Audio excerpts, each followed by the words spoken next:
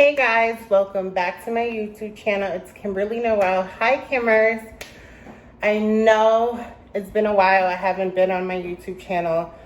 I said, you know what? I need to do a life update, explain a few things, and let certain things come out, because that's what I noticed, that when I talk about it and just release it out to the universe, and I just heal a bit about it. So I'm like, I know that the ones that don't follow me on Instagram or anything, you don't know like what has happened or what's going on in my life. But it's just been a roller coaster. You know, right when COVID started, I was in a relationship with somebody that I fell in love with, but he was just very mentally like abusing. Like it was just like a relationship that it was just not healthy. It was very toxic. And I loved him very much, but I don't want to really get into his business because that's not, but it's just when you love somebody so much and they don't want to help themselves, and you have done everything in your power to just like, help him, and he doesn't, And so it was just a breaking point of an incident that happened that had me sit there and say, Kim, you deserve better. So probably like 6-7 months later, I don't really remember if I slipped in his DM or he slipped in mine. But, it was just, the new person that I was going into, like, I was just basically changing myself to make him like me, or, everything. Like, he was saying the right things that I needed to hear, and I was just changing myself. And mind you, he didn't want no one to know that we're in any type of relationship. I became his manager, his assistant, everything publicly, but he would never claim me. He didn't want to be known that he was in a relationship with me. He wanted to portray this single life. Mind you, he would tell his friends, like every time he would introduce me, like, oh, such and such, this is my home girl, this is my girl. And, he would as well, when I bring him around my friends and celebrity friends, he would introduce himself as my man.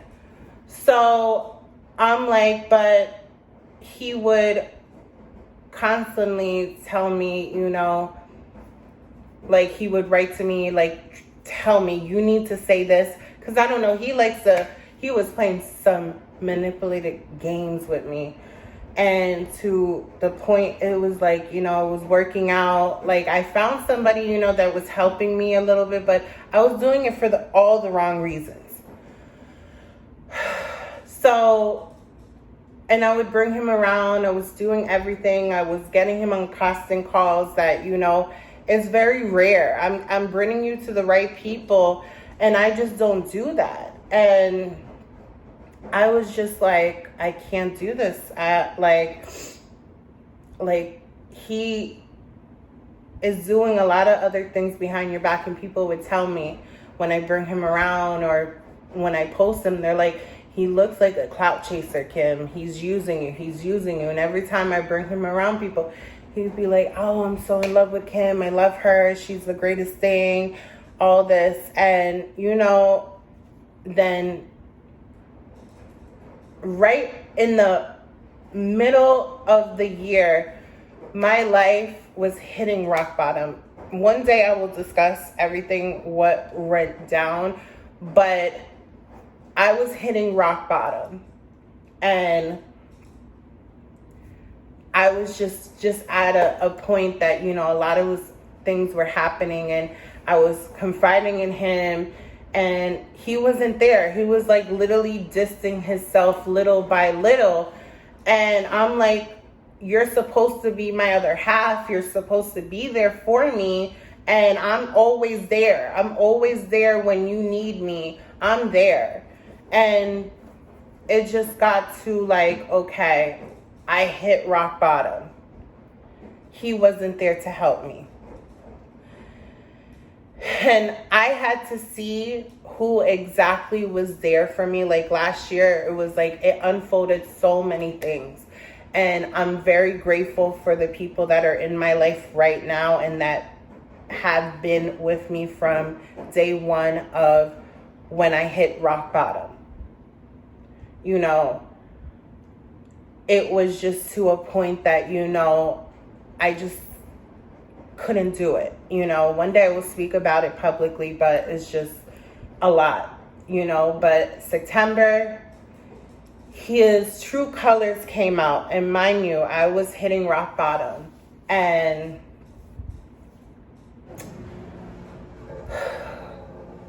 he was like, it's been 9 months. You haven't gotten me on any reality show, all this junk. And I'm like, I didn't promise you anything. You know, I said, I'll get you on casting calls. And then, you know, if they like you, they get you on. Like, I can't do anything. Like, but I saw so much potential in him because, you know, when you madly fall in love with somebody and stuff, you want to do everything for that person.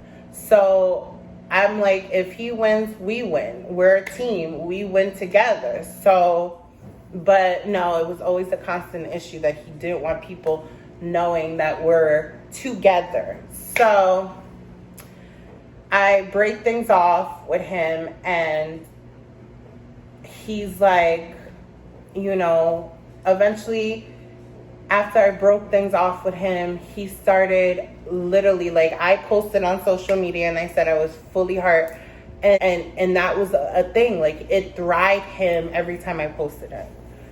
And so after we ended things, like, he started verbally sending threats to me on his live. And then sometimes he would show up randomly to my bookings with a client or something. And, you know, it was just to a point that he threatened me on a live saying he was going to knock me out, he was going to hurt me, all this stuff. Mind you, he has only put his hands on me twice and towards the relationship. So I just felt like, you know, for my own protection, and I'm going through so much other personal stuff in my life that everything was just unfolding. Even though publicly a lot of good things were happening, I made a couple TV appearances, but people are not really knowing what was going on behind the scenes. They were not. So I had to just, for my own protection, press charges on him, get an order of protection. And then literally around November, like, I was really at the ending point, and that I just picked up and just left. Like, went and moved to Miami. I'm in Miami and stuff, but I'm still going through a lot of personal stuff that I'm not going to discuss yet until, like, I'm ready. But it's just, you know, it's just been a whole roller coaster. And it just made me open my eyes that, you know, Kim, you're always pleasing people. You always make people a priority. You are not making yourself a priority, and you had to make yourself a priority. And that's what, you know, going through what I went through just opened my eyes to be like, damn, the people that I thought got my back don't got my back.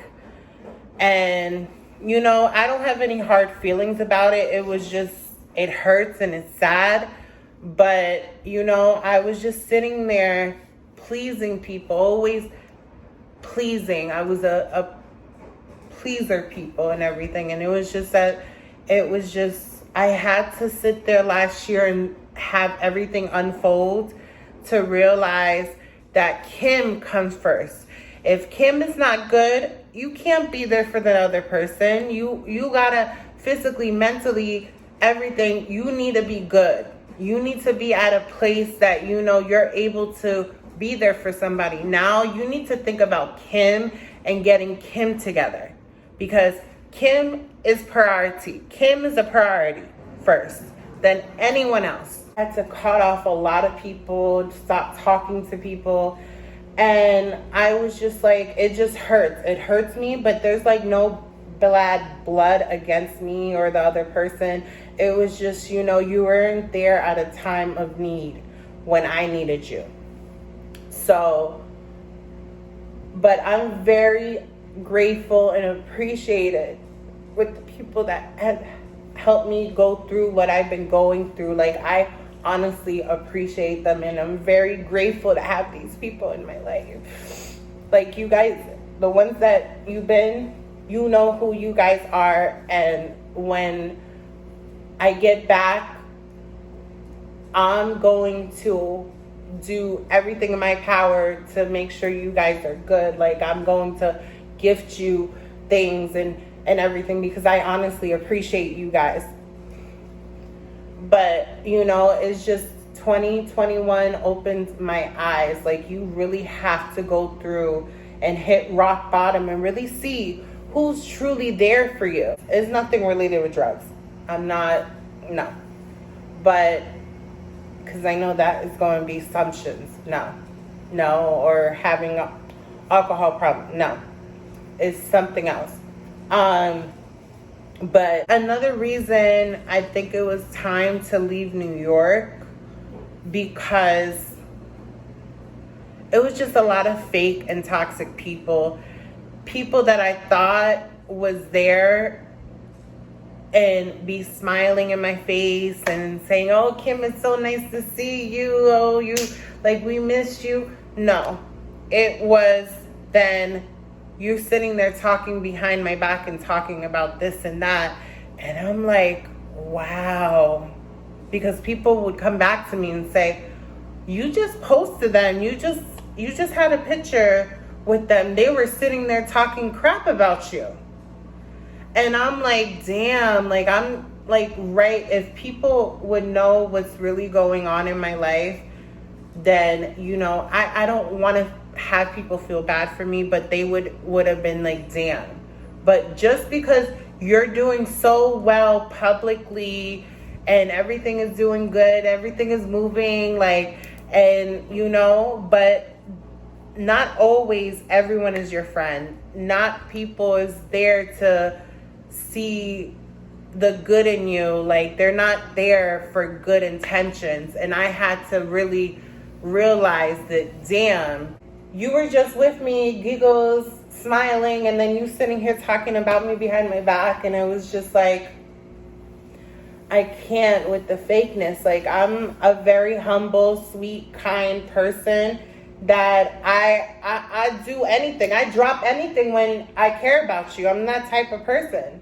So that was just another aspect that I think, like, God, I feel like God does things for certain reasons. So you are ending up with the right people in your life, because it's like the people in my life right now, I'm totally grateful and respect them and owe them a lot of things in life.